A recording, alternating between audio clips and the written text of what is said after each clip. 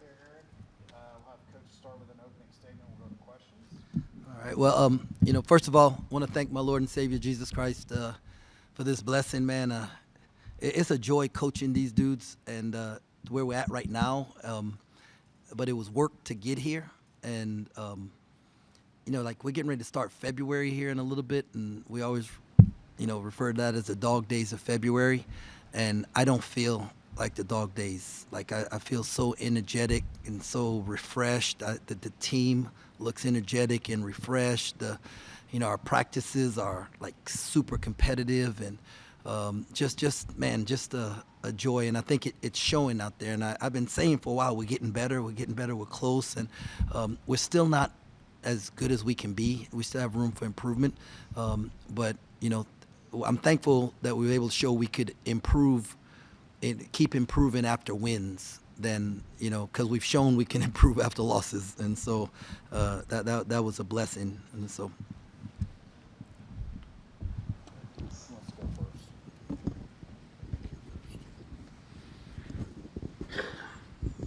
Coach, it's your first time since December with back-to-back wins. What feels different about this team going into your game against Iowa State?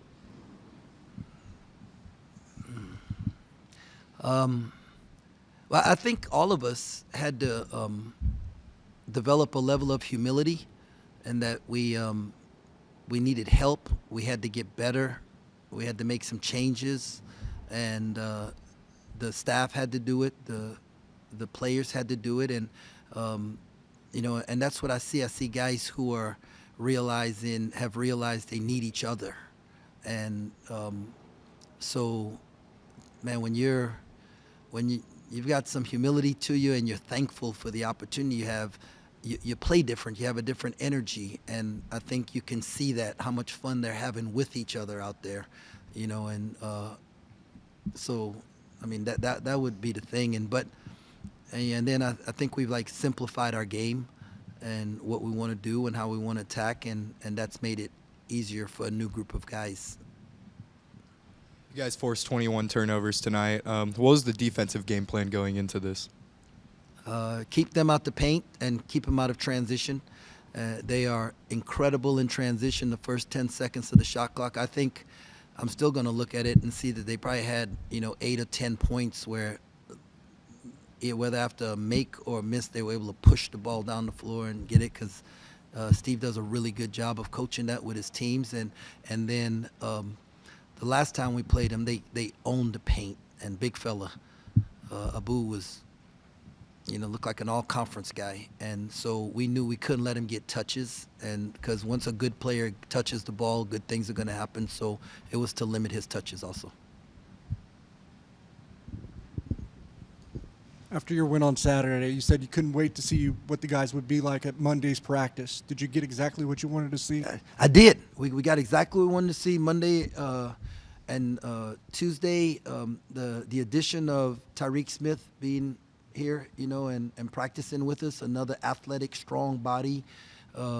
He just raised the level of energy another level. I thought Tuesday might have been our most fun, and because of how competitive it was, and the guys enjoyed the competitiveness, and you could see it. So yeah, they did, and now we got to take it to another level.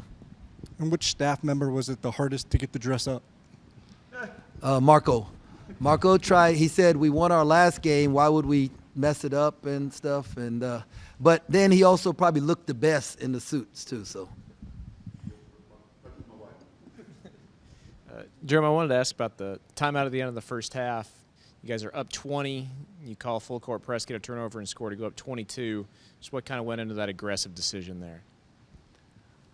Well, usually teams hold it for the last shot, and so knowing that's because you don't want to give the team a second possession, and so I felt like they're going to hold it for the last shot. So if they're going to hold it, like if we're aggressive, maybe we can speed them up a little bit, and even if they shoot it, then we'll still get another possession. And so I just wanted us to be in an aggressive mindset, because normally teams that press don't like to be pressed, and so that's what we were thinking there. The players also talked about that you guys simplified things. What kind of went into that decision, and without giving away any secrets, what? Yeah, no, there What was basically did you no. do? That's a good question. There was a common theme as I met with individual players to see where they were at and where they felt we were at, and one of them was that they were confused, right, about things. And I'm listening to a game last night. King McClure is calling the Baylor BYU game, and he says, "Man, they've got to change up their ball screen coverage because when I was at Baylor, we had 3 or 4 different ball screen coverages that we had to do it." And I texted him because I was watching the game. I texted him. I said, "Yeah, and that's because we had 3 and 4 year players in the program that we could add layers to this thing. And now, at the time, there was one guy on the floor that had been at Baylor multiple years." And he texted me back and said, "That's a great point."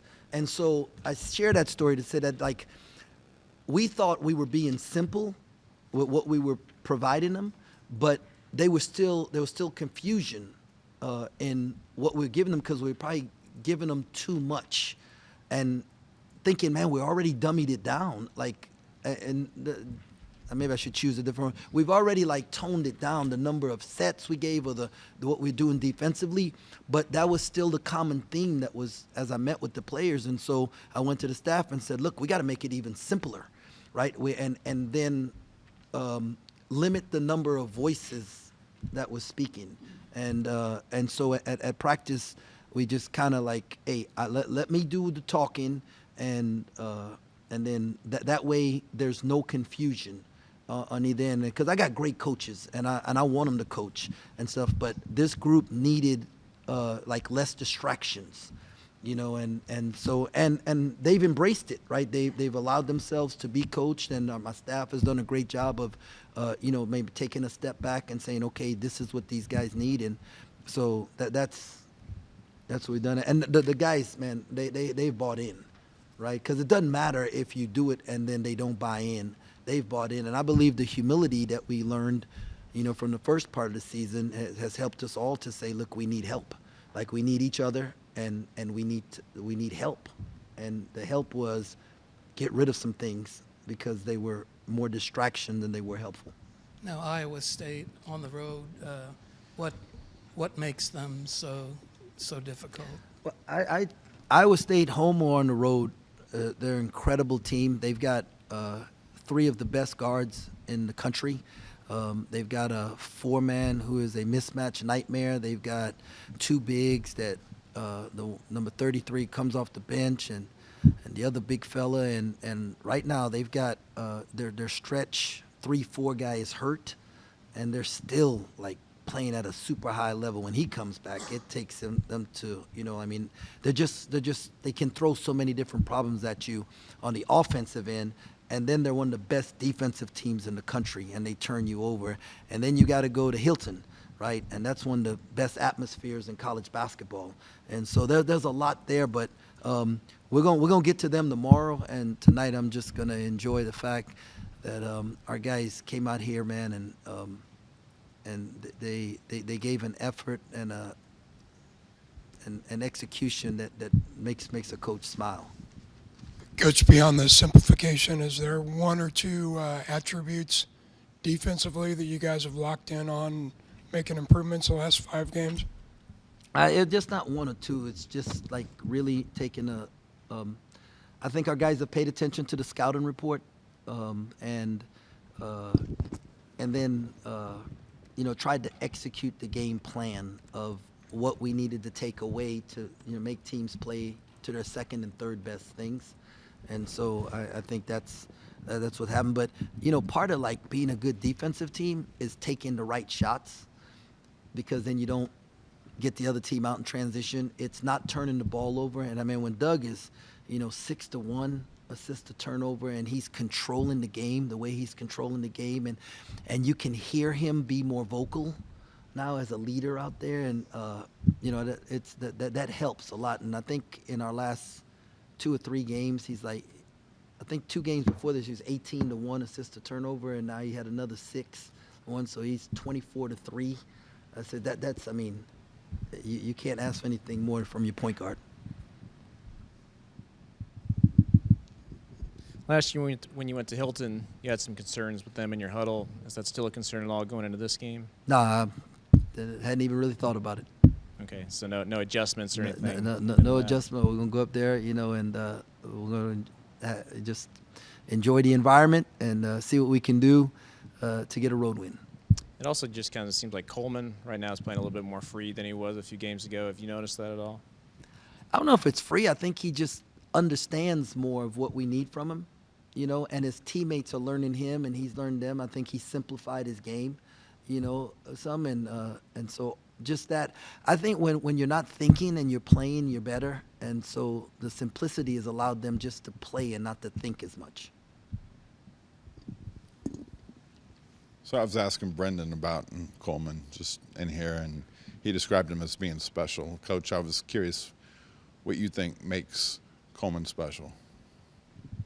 Well, he's 6'9", 6'10", right? He can handle the ball like a guard. He's gifted with his vision, right? Like he can really, really see, and he can see the play before the play, and then like he can post too, and so he can draw a double team in the block. He can draw a double team on the perimeter, and then when he wants to, and I like him to do it a little bit more, he can really shoot the ball, and I'd like him to take this. So you can't guard him one way, right? Whatever they do to him, we can move him, and then he still becomes a mismatch, and then he really enjoys watching his teammates have success. Mm-hmm. Right, and so that's a special attribute about a young man that like celebrates when his teammates have success, and he wants to help them have success.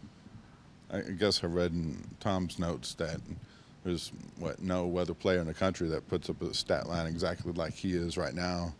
That's pretty impressive. How impressive is that to you? And have you had maybe a player that's put up stat lines like that before? I really don't pay attention to Coleman's stat lines. I know what I've challenged him to do is I need him to score more, and I need him to rebound more, and he does those two things. The other things they come easy for him, and because our team needs that from him. We need him to be a scoring threat that it makes the defense focus in on him. Then it makes the game easier for other guys. Okay. What all did you like from Moby off the bench tonight, and how can he kind of improve upon this one moving forward?